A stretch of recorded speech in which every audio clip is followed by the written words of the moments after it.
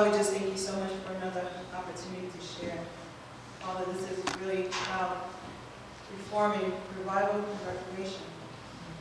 I pray, Lord, that your word will be heard, and hearts will be changed. In Jesus' name, amen.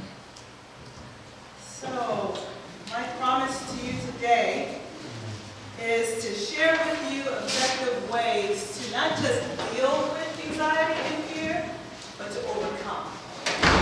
Anybody here believe that that's possible? Okay, good.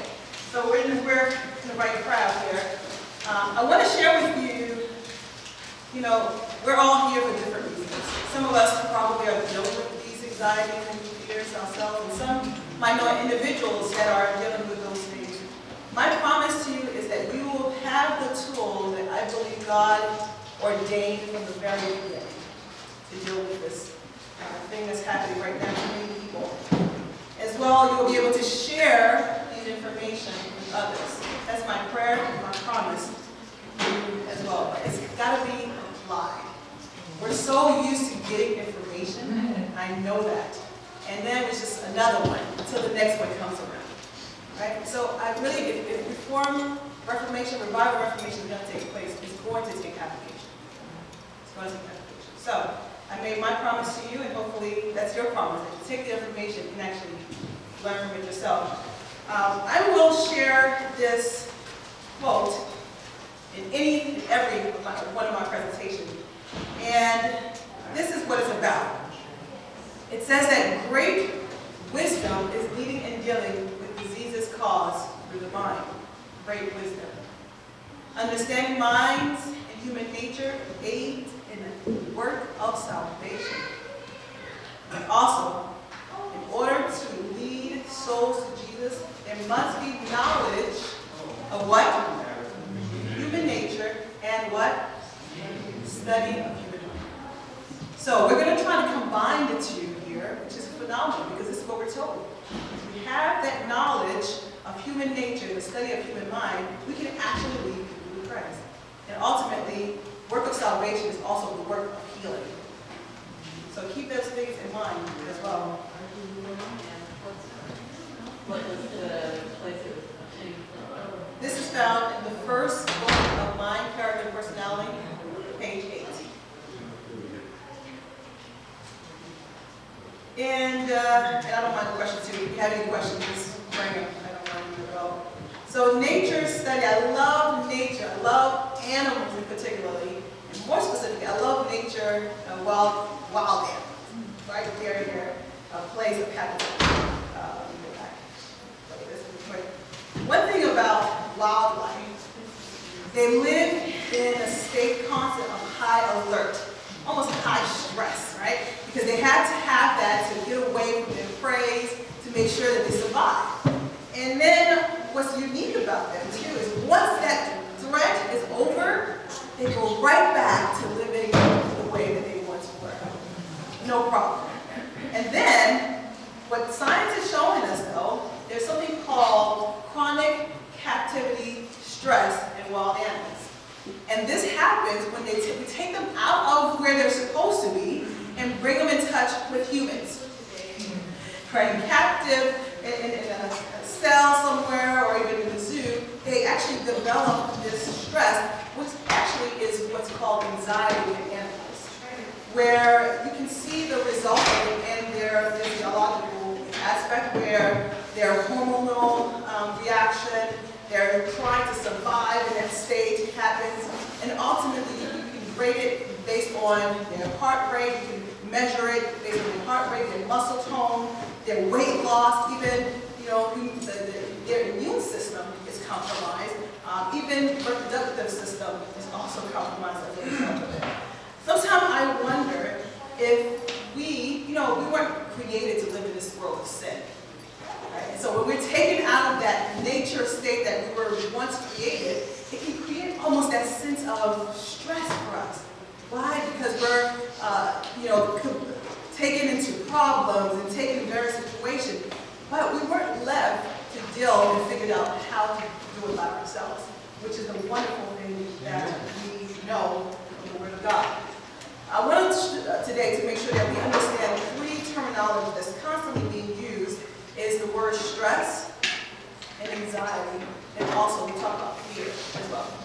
Is there going to be a handout on this, or should we take notes? The notes are always great Yeah. for now, so I don't know if we have paper or pen or something, I don't know if we can talk about that. But yes, that's a very good one. So 3 terminologies. I want to make sure that we understand those terms, especially if we're trying to understand the human mind. If we hear them constantly, sometimes we use them interchangeably as well. Oh, this person is stressed out, or they have anxiety, or they have fear. What is there a difference between the 3? So stress is said to be the body's reaction to a threatening situation, a challenge, or demand in the present. This is very important to understand. Why? Because stress can happen to anyone. There's good stress and bad stress. But prolonged stress can then lead itself to another concept called anxiety. Anxiety is the result of a situation that causes nervousness, fear, worry, especially about the future. So if you look at the 2, one is more external causes. So let's say one loses a job.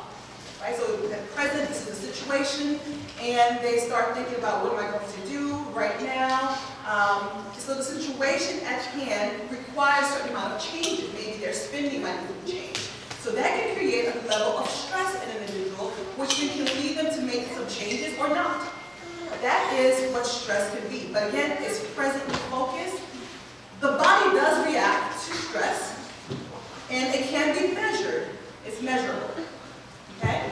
And then there is anxiety, where it's internal causes. So this is the messages that we're telling ourselves that causes us to be fearful or nervous or worry about the future. Okay, so now we start thinking, I don't have my job, what am I going to eat in 5 years? or whatever, tomorrow. So this then becomes a future focus as well.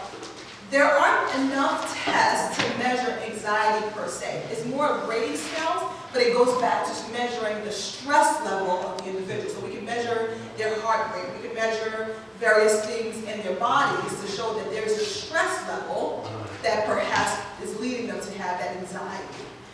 But one thing to keep in mind is that stress can actually lead to anxiety, but guess what? Anxiety can lead back to stress.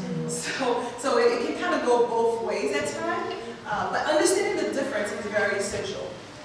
And then there's another concept to know, fear, because we hear that very often as well. They're afraid of something. So fear then is the reaction to a specific observable danger. Okay? So that means I can tell you I'm afraid of snakes, or I'm afraid of the snowstorm coming up. So there's something that's observable, that's immediate, that I can describe. But one thing too, it can also be internal and external.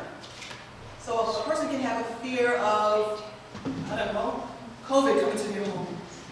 Right? So that fear can also lead back to anxiety, can lead back to the stress. They play a role with each other as well. So fear is anxiety attached to a specific thing or circumstance. So do you see the difference? Do you see how they kind of play with one another in light of what the body reacts? Again, if you measure fear, really you're measuring stress. Does it make sense? That we're always going back to the stress level that we're measuring. So a person can have a fear and you can see it, you can understand it. But the thing with fear is it's not based on time. I can have a fear of something in the future, I can have a fear of something here, present, I can have a fear of something in the past, or I can have a fear just because it's something that I get in my mind. Okay? So fear itself is attached to a lot of things. One of the things I've been doing now for about 22 years, I should say, since I've been in the field of mental health, is studying people's behaviors and emotions, particularly after traumatic events happen. So, you'll find, that people have ways that they react because of certain things that's happening.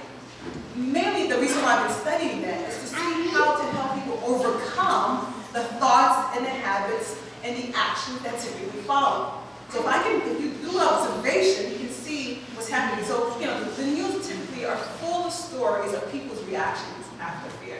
But they usually tell you those strange ones, the bizarre, the deadly, the controversial ones, those are the ones that they used to tell you about. Picture this one. For example, a woman was duct taped to a plane seat after attempting to open the plane door during what appears to be a mental breakdown. For me, that's like, whoa. What was her reaction? She acted completely insane, irrational. The plane, by the way, it was emotional. My dad. So that's one thing that we know about recently. So I usually try to find these clips or news clips and so forth, articles and put them together. But there was one, this was published actually last month, Christmas Eve, by the Washington Post, and they summarized a couple of the behaviors that people were having as a result of coronavirus. The title of the headline said, "Coronavirus, a new national crisis." 2 years into the pandemic, with no end in sight, Americans face the effect of collective trauma. So I was like, oh, I heard the word trauma, and I heard, so I'm like, let me read it. So it highlighted stories of fights that were taking place on the plane, people's face, being knocked down, or even stories about individuals in a restaurant, they're asking for the COVID card, and the person arguing, and then they also shared stories of anxiety, depression, fear that people were having. But what compound all of those things were things like hostility, fighting, violence, cruelty, force, and even hatred. We are told that anger is often an outburst of fear. Anger is often an outburst of fear. When we have anxiety and even depression or even fear, those kinds of things are bad. But when it's combined with anger, it's dangerous. If you have fear and it's attached to anger, danger is almost exciting. So this is just those two combinations together. You have fear and afraid, fear and anger, the combination. Typically the body is trying to, survive or try to do something, typically, that's not like the person, their character is out-of-body character sometimes. And this is what you're seeing in the news. Very typically, you hear all these fighting stories happening, you hear all these violence happening situations. It's because anxiety or fear is tagged along with anger. There's another combination that is also deadly. It's fear and isolation. Think about the situation that we're in right now. This is exactly it. Fear, and then you have isolation. So research is actually showing that when those two combinations happen, the mind becomes depressive. Even the thoughts are anxious. Problems with sleeping. Problems with eating regularly, or proper digestive foods as well. And then stress is happening, typically in the morning, they're saying. And then to top with all of that, they have a problem focusing. So we have people in school right now, how can they really focus with isolation in place, and then they have all these fears. So you have students being at home, and I'm not taking any side, I'm just telling the reality of it, so that you have individuals being in isolation, and then they're toppled with fear, then more likely than not, it's going to be hard for them to concentrate and to do complex work. I can always email this to Jonathan. Yes, absolutely. Oh, okay. If I have to go slower too, I can't do that. But also what we're seeing is that no matter the age, this is important to know, no matter the age, social isolation is a big factor. And then also, there's an increased risk of dementia, like 40% is what research shows. So you think about all these individuals who already have mental problems, and then they're home in isolation, tackled with fear. Where research is also sharing with us that being connected with others socially is widely considered a fundamental human need that we have, both crucial for our well-being and our survival. The Bible actually tells us as well. If one yelled against him, 2 shall withstand him, and a 3 cord is not easily broken. I remember seeing this picture and I said, wow, this is a good example of the text. He was literally about to jump off of the bridge. And look what took him together, right? There's people as the cord trying to save his life. I mean, this is great. How many others we could have saved had we understood the signs that we're not meant to be alone. We need each other as well. And we know what COVID is doing right now, separating people. Really sad. But anyways, of course, we talk about fear and anger. This is what the research is showing as well. That fear ultimately breeds anger. So if you have prolonged fear, more likely than not, is going to get to that anger stage. And what did I tell you before? When anger and fear meets, it's very dangerous.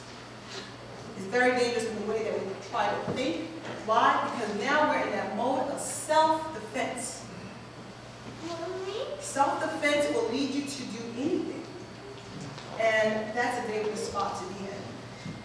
And as well, anger, by the way, just side note there, anger and fear physiologically are very similar. So if you measure the autonomic nervous system and cardiovascular and respiratory, they're seen that they're very similar in the way they measure in the body. So, how about living in fear? What happens here? The stats and the research is saying definitely you will see mental health concerns. Things like anxiety, things like fatigue, depression, even damages of relationship. Right? That makes sense. You don't see the person long enough, or not see individuals might damage relationships. There's also physical health damages or concerns, weakening the immune system, cardiovascular damages. So all of those things you can see those things even when we talk about the wildlife, right? When you take them in isolation as well. Gastrointestinal problems, even fertility issue, rapid aging. It's like you start seeing people in Zoom, it's like, oh, hey, brain all of a sudden. What's happening? But premature death is said to be something that can possibly happen. Our memories are also impacted. I think this is the reason why. Long term, if we're constantly thinking about ourselves, when we're in isolation, we don't have time to think about other people's, we're inside our head so much that it actually impairs our long-term memories, is what the research is showing. Particularly in the area called the hippocampus, which is the memory back of our brain. And then ultimately processing and how we react. By the way, as a side note, we're going to be dealing with memory tomorrow, so we'll give you guys some things to think about how to improve your memory using scripture and so forth. But brain processing and reactivity are also impacted. So, I do a lot of IQ testing for the schools currently, and we measure things like processing speed, cognitive efficiency, memory, and so forth and so on. But you can see even how people reason is starting to go down. Their reasoning ability, that frontal lobe activity, is starting to go down. Why? Because again, they're not getting any growth if you're inside by yourself, especially when you're on there. But this is for our theologians here and also understanding Bible facts. And in Luke 21, verse 26, the Bible says, men's hearts failing for fear and for living after those things are coming on the earth, the powers of heaven shall be shaken. We were told this would happen. So this should not be a surprise for us all. So it's like, yeah, the end is truly coming. God is telling us towards the end, one of the things that you're going to see is fear. It's going to be all around us, right? But God also tells us, fear not, for I am with you. Bible text that put it to your mind. I want to give you guys some statistics before continuing to tell you the ways to overcome anxiety. Looking at coronavirus and mental stress, the CDC has been collecting data on individuals as it relates to symptoms of depression and anxiety for years. Okay? So it's no different now before, after, and during the pandemic. But before the pandemic, this is interesting to know. that the symptoms of U.S. that reported having anxiety and depression was 11%. This was January to June of 2019. By 2020 of December, this is the total of Americans that reported symptoms of depression and anxiety. It went up to 42%.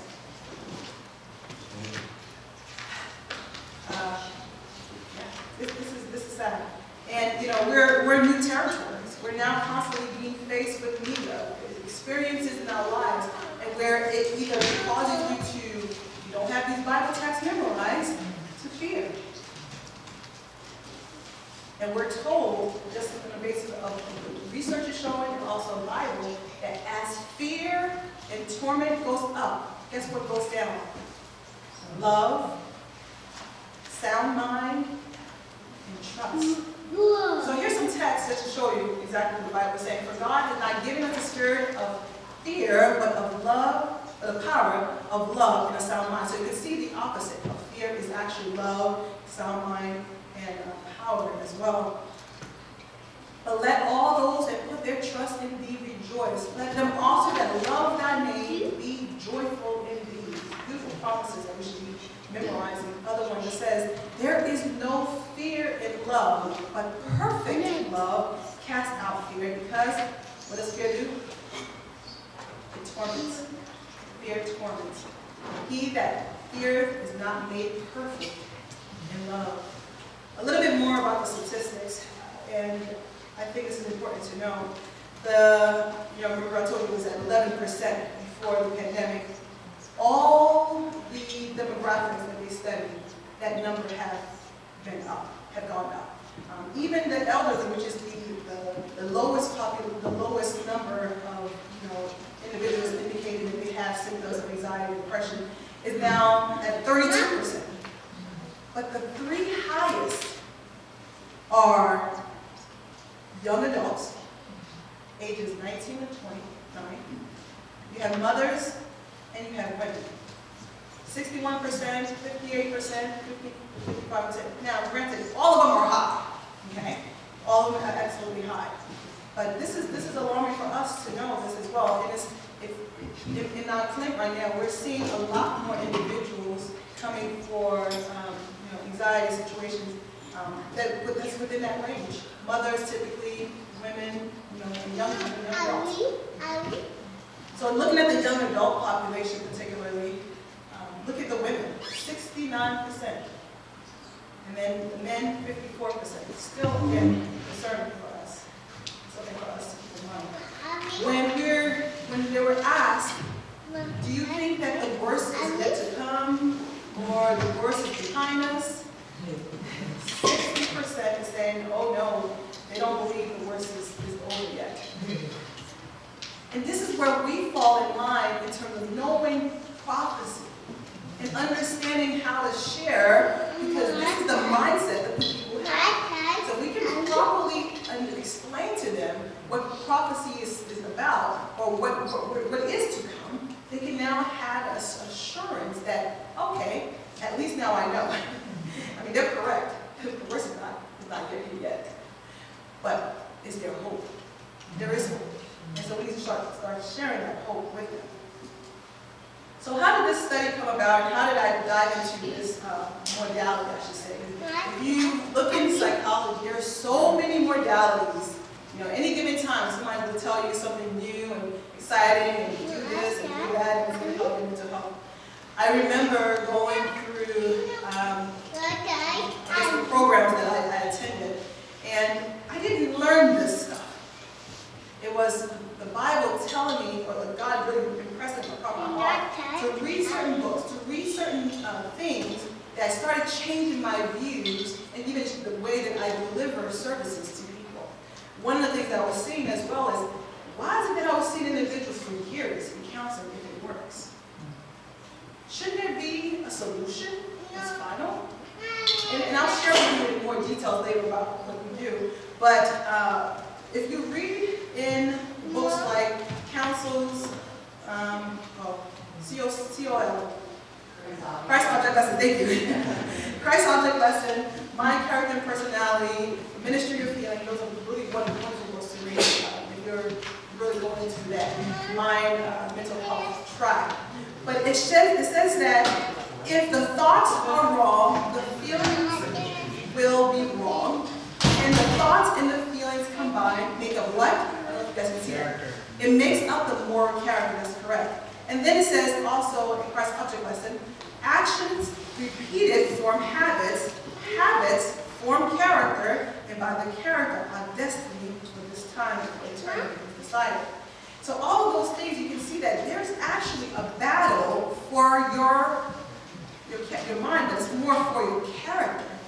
There's something about your character that the enemy wants, but Christ has died for. The character. So all of these things are actually your habits, your thoughts, and your feelings. So you can see why the feelings of fear and all of this anxiety is part of this whole plan. Will make up your character. And depends on the track, depends on where you've been educated. And when we talk about true education, by the way, we're not just talking about school books, right? True education can happen on the farm. True education can happen in your home. It should happen in your home. True education can be in the things, in the ways in which you study. True education can be in the way that you eat. We had a wonderful breakfast this morning, thank you. Very healthy. But the way that you eat actually can be a form of education as well.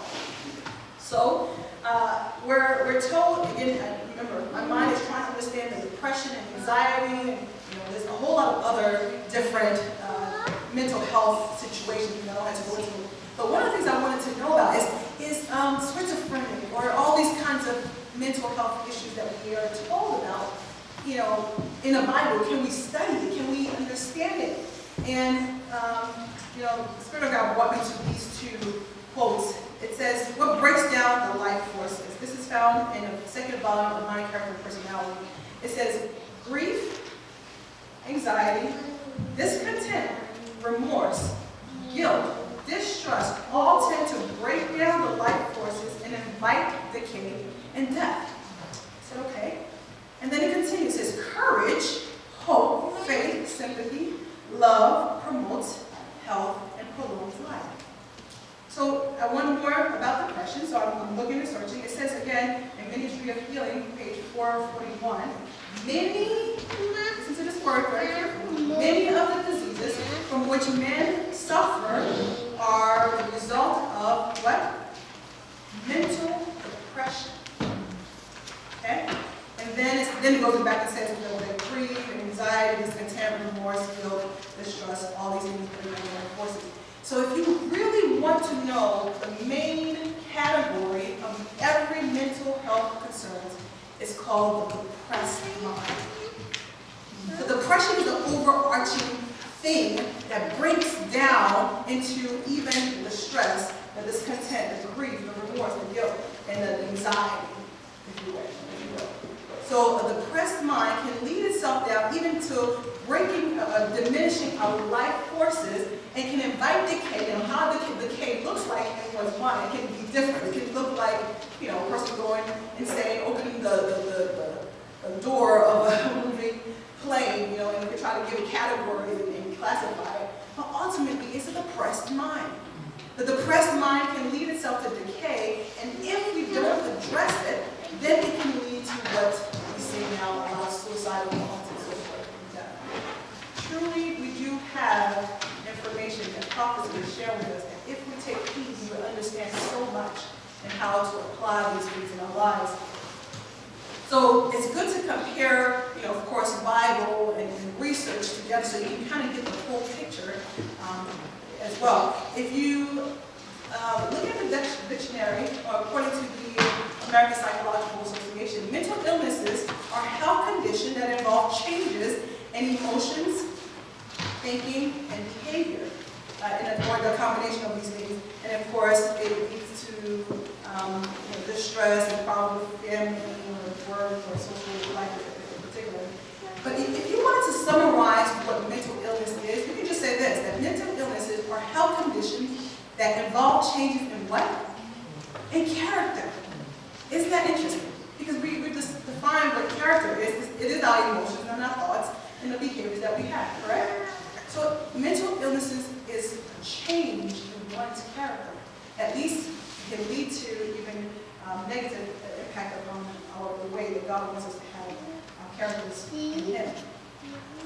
So looking more into what the research is showing, and if you want to define depression itself and anxiety, if it's a mild form of depression and anxiety, you will see things like irritability, we talked about that already, anger, hopelessness, feeling of guilt, distress, self-loathing, loss of interest in activities that once it was enjoyed, concentration at work. We talked about all these things again, a lack of motivation or even disinterested in socializing, so you had the isolation happening as well. So if you have a forced concept of fear and isolation, so it actually leads, you can see how it can lead itself to having a depressed thought automatically. So this is what it's saying. So all of these things, even with problems with sleeping, fatigue, eating problems, weight problems, irritability, or reckless behaviors,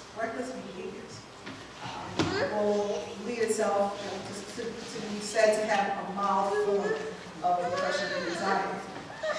So what is a moderate form of depression? So it's everything that we talked about. In addition to that, individuals might have problem with understanding their worth, spiritual disconnection, very disinterested in spiritual things, and then also reduction or reduced productivity, or even feeling of worthlessness and increased sensitivity, panic attacks, excessive worries. This is why it's important to address these things very early. Because if we don't address it, guess what happened? Disinterested in spirituality. What age group did I tell you that was the highest age group? 18 to 29. And if you follow along, what age group is currently not in the church? The enemy knows what he's doing. So we have to understand these things so that we can put into perspective as to what in the world is happening. So if these things are not addressed, then it gets to that severe state. Well, they'll say that severe category of depression or anxiety will have things, everything that we mentioned, but it's now noticeable. It's now very obvious. And to be diagnosed with severe depression, they'll say that individuals have to have had these experiences or symptoms that last for an average of 6 months or longer. And of course, now it's like, seeking help is crucial, it said, because now they're dealing with sensitive, time sensitive. If they're delusional, experiencing lethargy or emptiness, even hallucination, they can even start having suicidal thoughts. And the behaviors might be also, show attempts and so forth. And this is where we are at right now. The World Health Organization is stating that over 800,000 people are committing suicide every single year. Look at the age. I'm just trying to put that together for you guys so you can see the whole picture. Suicide is the second leading cause of death amongst the age of 15 to 29. You keep going back to that same age group. And then also, for every one that actually were successful in their suicide, 20 more has actually attempted. And thank God they were not successful. So this is where we've fallen. This is why it's important to get these individuals that knowledge that's needed. In one of our last presentations, we're going to talk about what counseling should be. What is it supposed to be? And so be mindful of that, and do come back so we can hear more of that. Then there's the concept of trauma, which is now just kind of taking over. What is trauma? According to American Psychological Association, again, trauma is an emotional response. Do you hear that? A response to terrible events like accident, abuse, neglect, all this kind of thing. And you can put down corona. You can put down all these kinds of things. If fear is there, more likely it could create trauma in people's mind. Long-term reaction can include unpredictable emotions, the flashback, the strained relationship, and so forth, the symptoms in the physical health as well. I'm going to put something up on the screen for you guys. Just kind of look over it real quick. These are some of the categories that people say that trauma that they experience. Having, dealing with trauma is one of the areas that I deal with, people come in to see us and talk to us about various trauma. And so they'll share what the trauma is, and they're define what the trauma is. But let me ask you this. How many of you guys have experienced at least one of those things on that one? How many? 2? 3? 4? 5? How about all? Okay. I've had groups when I shared this, their hand was up for the whole entire time. But listen to this. It's not a matter of if, but when. If we live on this planet called Earth, where it's a sinful state, we will experience one of those things. It's what we do with the trauma that makes the difference. It's not the trauma itself.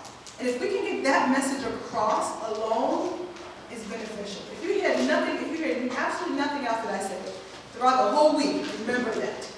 It's not the trauma itself, but it's our reaction to the trauma that makes the difference.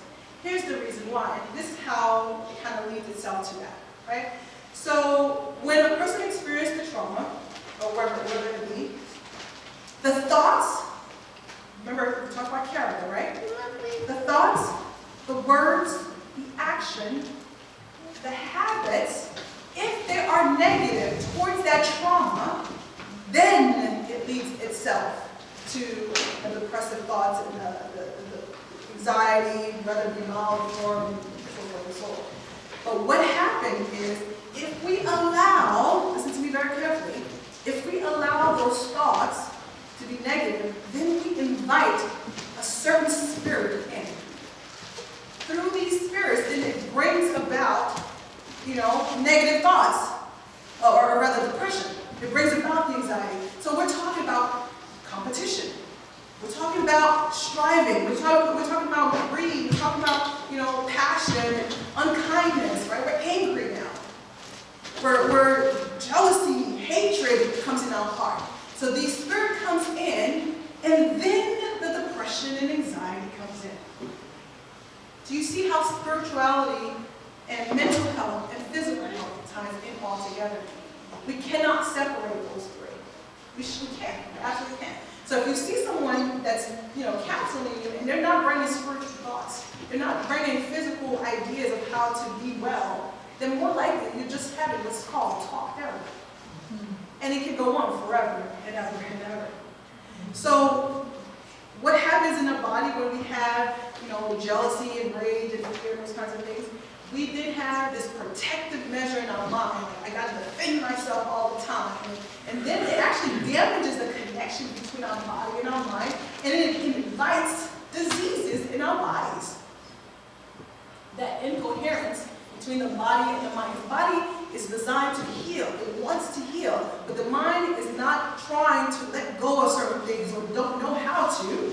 And so that disconnect creates diseases in the body. But remember, it's not about the trauma. I know so many people, you all raise your hands, that have experienced trauma and yet probably have never experienced depression. Or maybe you have, I don't know. But it's about the thoughts, the words, the action, and the habits. So if the thoughts, the habits, the words are positive, no matter the trauma, guess what happens? You're then saying, Spirit of God, come in. You're inviting love, you're inviting joy, you're inviting peace and long suffering. You have to learn these things, of course. Does that sound familiar? The fruit of the Spirit? The fruit of the Spirit comes in because now you're working with the fruit, you're working with Christ to bring about courage. Remember we talked about that in one of our quotes? Courage, hope, sympathy, faith comes in. And then it brings about healing in the body. And then life, prolonged life, is beautiful. It happens. And I love the name of this church, right? John 10:10. The thief comes not but to steal, to kill, and to destroy. But God said, I am come that they might have life, and that they might have it more abundant. This is what it's about. There is a war for your mind, and it depends on what track you take. True education versus false education of even how you deal with trauma. It can lead itself by autopilot. to the depressive mind or abundant life thought process. Same thing again, research is showing all of this, that when you have gratitude, compassion, and love springing forth in your heart, then it invites healing and growth, and invites repairing in the system as well. So remember, the thoughts and the words and the action and the habits, that's the important factor. That's where we have a role to play. What are your thoughts on a daily basis? What are your actions? What are your words? What are the habits that you're forming? Regardless of the experience that you may have had the experience. So don't allow the experiences to dictate the emotions and the behaviors that you may, be toward the negative side. If you're, more likely to go toward that. Because that's ultimately what dictates if you have a mental health condition. So how do you overcome these anxious thoughts?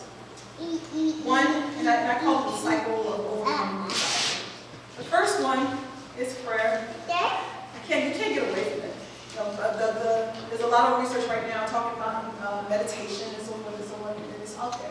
But truly, prayer is the answer. That's the first thought. The research is actually showing, there's a doctor by the name of Andrew Newberg. He's a neuroscience, and he dived really deep into the subject of prayer. And he looks brain scans on when people are praying, what's happening, what's not happening. Very, very exciting research and results. They're showing that frontal lobe activity actually increases. Frontal lobe activity increases. That helps to promote healing, it helps to promote health, and even prolongs life ultimately. It prevents age-related shrinkage in the brain. And then it says also that the anterior cingulate in the brain also increases. This area, when it increases, it helps you to feel more compassionate towards other people, more loving towards other people. You start feeling more, the connection to life itself and God himself. And then there's two areas that goes down. There's the parental lobe, which is the activity that tends to focus on ourselves. We start to forgetting more about ourselves and our problem when that area goes down. And so, again, you see the promotion of life and others, the connection with others, and so forth. And in the limbic system, where emotions tend to be there, when prayer, the negative emotions go down. And that's powerful. That is absolutely powerful. We're told that the mental faculties will strengthen and develop if we will go to work in the fear of God, in humility, and with earnest prayer. We're told that as well. So when all of these things take place, when prayer takes place, you can see how it promotes all these things. And then, of course, we're told in Philippians 4, verse 6, be anxious for nothing, but in everything by prayer, supplication, with thanksgiving, let your requests be made known to God. There's a reason why we have the manual called the Bible to guide us in this world of sin as well. So what's the second step? Second step, I would say, and I guess there's no particular order, but I like to kind of talk about it in that order, is identify the root cause of the fear. The definition of fear is the actually unpleasant emotion caused by the belief that we have. So what is the beliefs? Most of the time, it's something about it that seems to be dangerous or something. Do you guys remember if fear is internal or external factor? Anybody remember? It's both, right?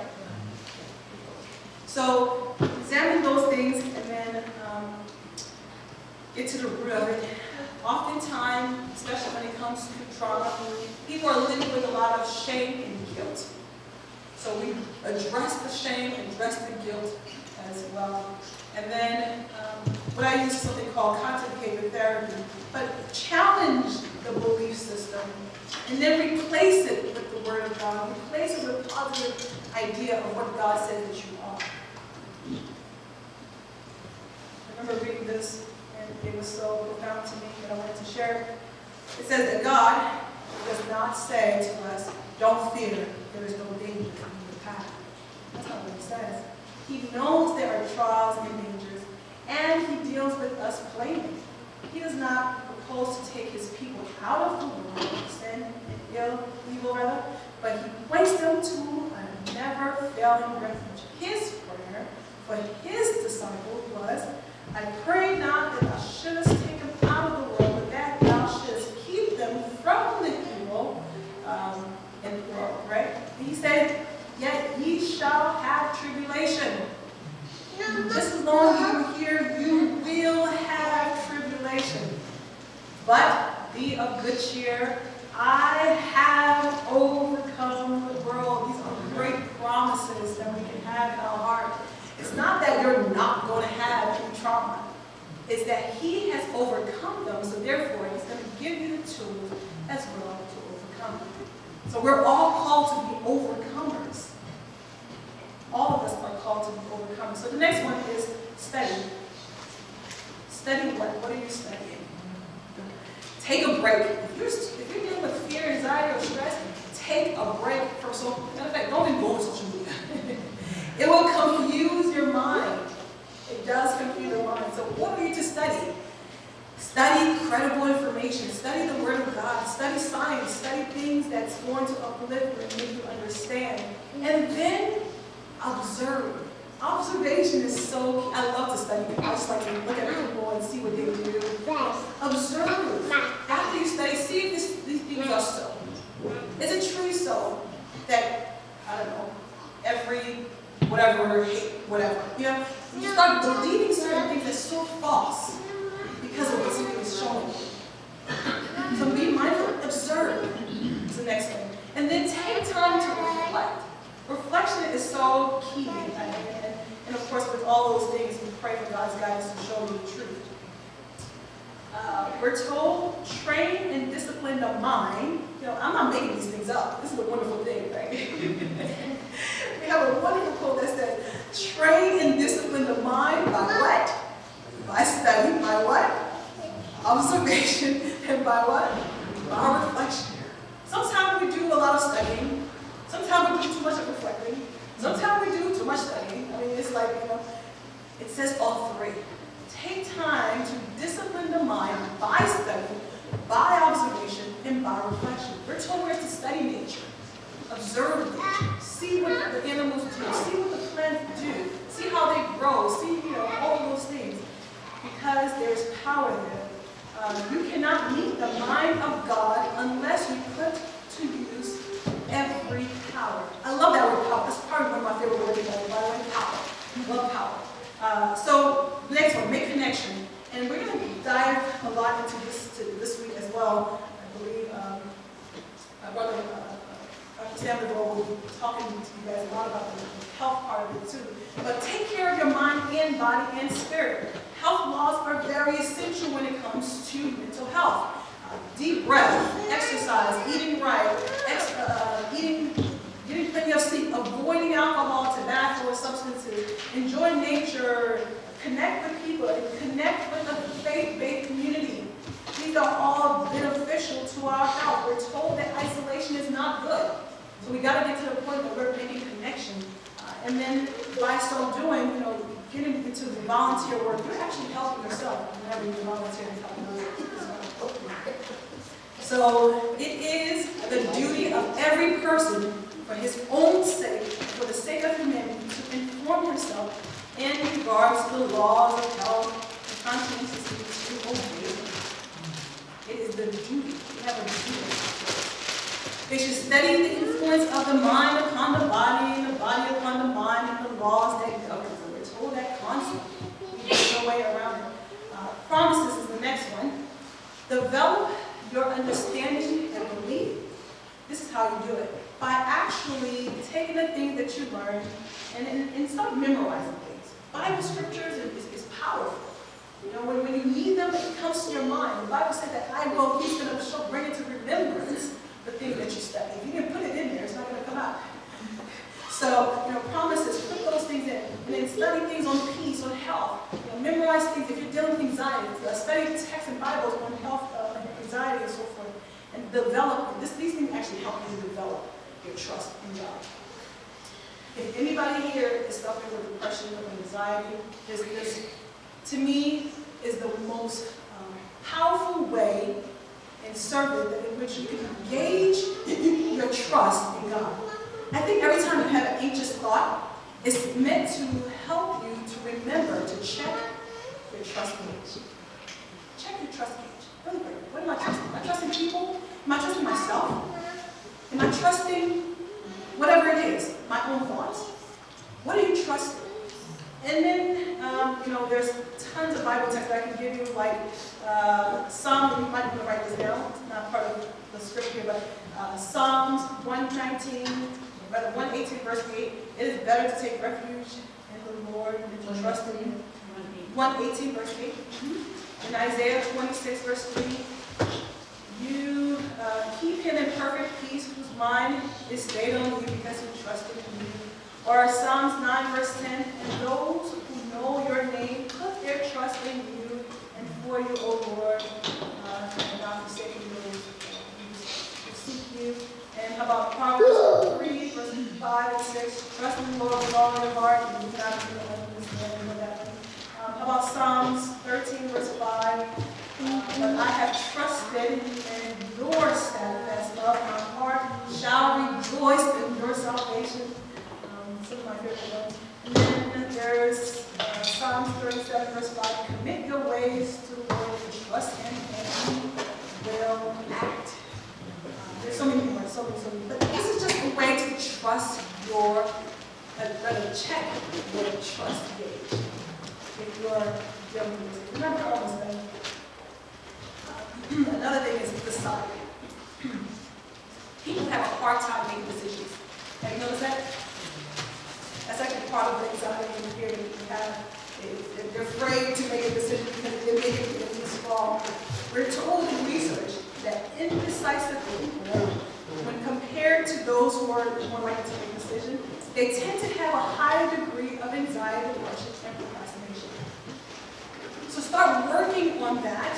Make a decision. You pray about things. Of course, remember, you study, reflect, observe, then that, of course, right? So after you've done those things, make a decision. Make a decision. And so, a double-minded man, in James 1, verse 8, it says, is unstable in all his ways. Have you ever worked with a procrastinator? Yeah. Or have you ever worked with people who have a hard time making decisions? Leaders? Those are the most hard people to work with. You're a leader, make a decision, and hopefully people will follow.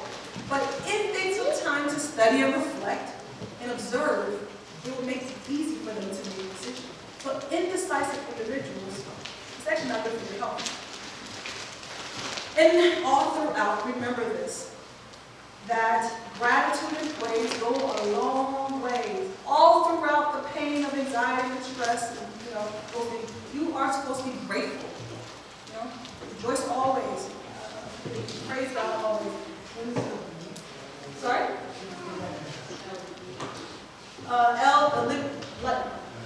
Living daily. Last day events. Thank you. Last day events. All the L's. LDE.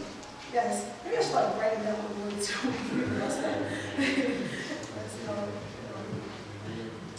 We have nothing to fear for the future except as we have forgotten the way the Lord has made us and His teaching and our past history. I think I told you guys that one of the things that I love to do is, but I love memorizing full chapters in the Bible. I think we're challenged to do that, not because I have any kind of magical ability no, it's just practice. A lot of it, practice. So I'm going to call my husband up right now to help me with this. It kind of helped me to hear him and make sure I'm saying it correctly. As sometimes my mind tends to go faster if I'm not on my words. And so if you want to follow along, Psalms 40, another beautiful chapter that I recommend that you memorize if you would like it. So, Psalm 40. Oh yeah, I forgot that. So yeah, one of the things that we do is we try to put things in song. We're not musicians, okay? Excuse me, all musicians out there, I apologize. But that's the way I can remember things. And so I just put in like little tunes, and all of us have that ability. Ever see kids like, yeah. Okay, you can do that, just put the words in there. And it helps you to remember it. So that's all we do. Okay. I waited patiently for the Lord, and he inclined unto me, and heard my cry. He brought me up also out of the horrible pit, out of miry clay. He set my feet upon the rock and established my goings. He had put a new song in my mouth, even praises unto our God. Many shall see the fear and shall trust in the Lord. Blessed is the man that maketh the Lord his trust, and respecteth not the proud, nor just turn aside to lies. Many, O Lord my God, are thy wonderful works, which thou hast done, and that thy thoughts which are to us words, they cannot be reckoned up and order unto thee. If I will declare and speak of them, there are more than can be numbered. Sacrifice and offering as thou dost not desire. My ears have thine open. Burnt offering and sin, offering hast thou not required. Then say I, Lo, Lord, come. In the volume of the books it is written of me. I delight to do thy will. Oh my God, yet thy law is within my heart. I have preached righteousness in the great congregation. No, I have not refrained my lips. O Lord, thou knowest. I have not hid thy righteousness within my heart. I have declared thy faithfulness and thy salvation. I have not concealed thy loving kindness and thy truth from the great congregation. Withhold not thou thy tender mercies from me.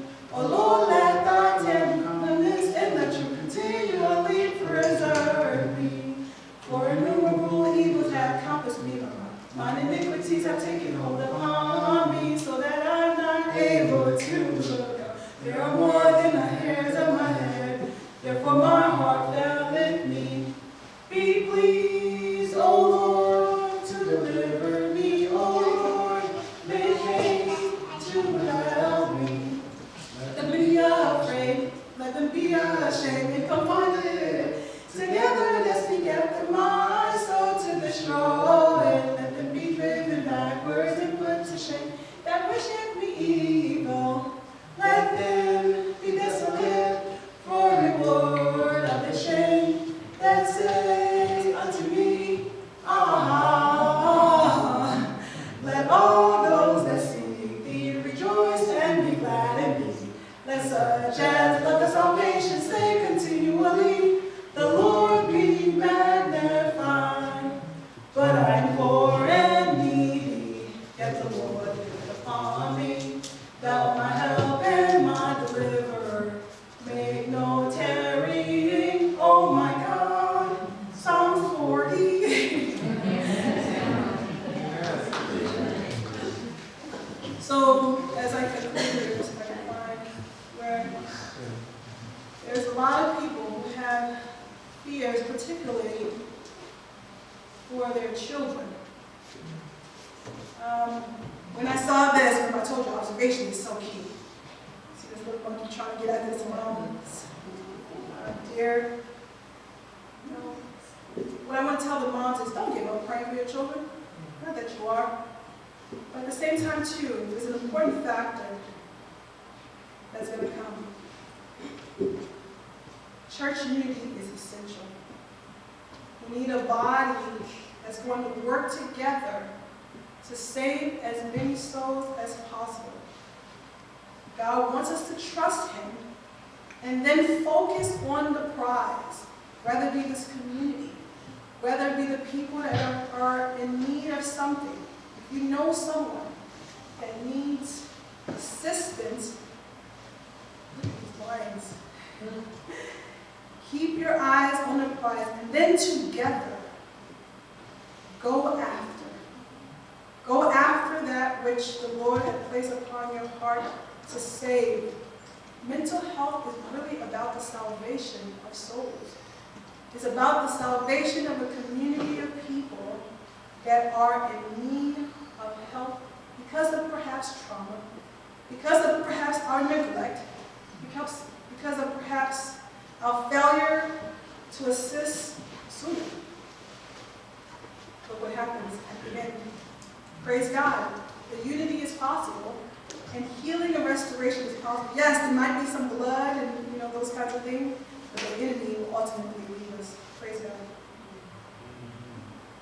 I have some resources. I have some books that the Lord has impressed us to write. They're on our website. We didn't bring them with us. Okay. So if you are interested in learning quick ways to dealing with mental health and guidance, particularly for trauma, we have those available. So I just thank you for your time today, and I solicit your prayers. This is not an easy work. We are getting people calling, which is good, that needs help. But this work cannot be done alone. So this is why we share. We share because God does have a method. And until we utilize His method, many, many, many more souls will go down in the grave not knowing it was possible that we be saved. So let me pray. Well, thank you so much for this opportunity to share. I pray that you will be with everyone that is here. Well, you know their hearts, you know their stories. And their faces may be beautiful, but their hearts may be dying and crying inside. I pray, Lord, that you would feel what's hurting inside. I pray that you would be with the children and the grandchildren and the nieces and nephews that they may have, or even themselves that are struggling. Thank you for this opportunity again to minister. I pray that all who hear these words will be blessed and will be drawn to you. As all these things continue with the program and bring those that need to hear to be here. In Jesus' name.